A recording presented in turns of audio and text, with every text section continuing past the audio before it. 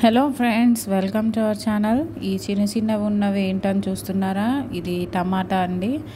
టమాటాలో పెద్ద టమాటా ఉంటుంది, ఇదేమో చిన్న సైజుది అనమాట. దీన్ని మనం చిన్ని రామ ములక్కాయ అని పిలుస్తారట. సో దీన్ని కూడా టమాటా చట్నీ చేసినట్టే చేస్తారు.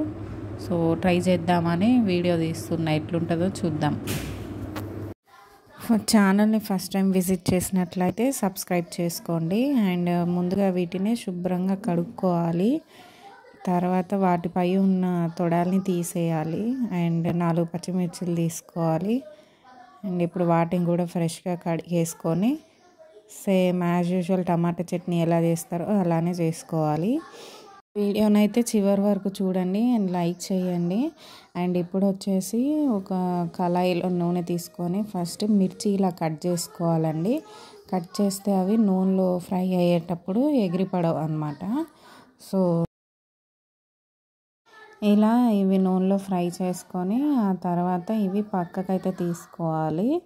ఒక బౌల్లోకి పక్కన తీసేసుకొని మళ్ళీ ఇందులోనే కొన్ని టమాటా వేసుకోవాలి. ఇందాక మనం క్లీన్ చేసుకున్న టమాటా అండ్ కొంచెం అంత చింతపండు వేసుకోవాలి. ఇది కూడా సేమ్ అలానే లో ఫ్లేమ్లో పెట్టేసి ఉడకనివ్వాలన్నమాట. చూసారు కదా, ఇప్పుడు లో ఫ్లేమ్లో పెట్టి చేస్తే ఇలా అంతా దగ్గరకు వస్తుంది. దీన్ని చల్లారినాక మిక్సీ అయితే పట్టాలి. అది ఎలాగో నేను చూపిస్తాను.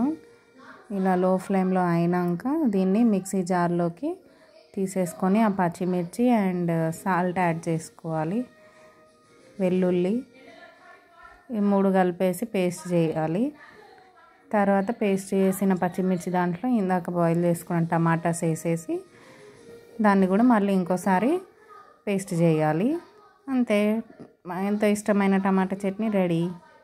వీడియో నచ్చితే లైక్ చేయండి, సబ్స్క్రైబ్ చేసుకోండి. Bye bye.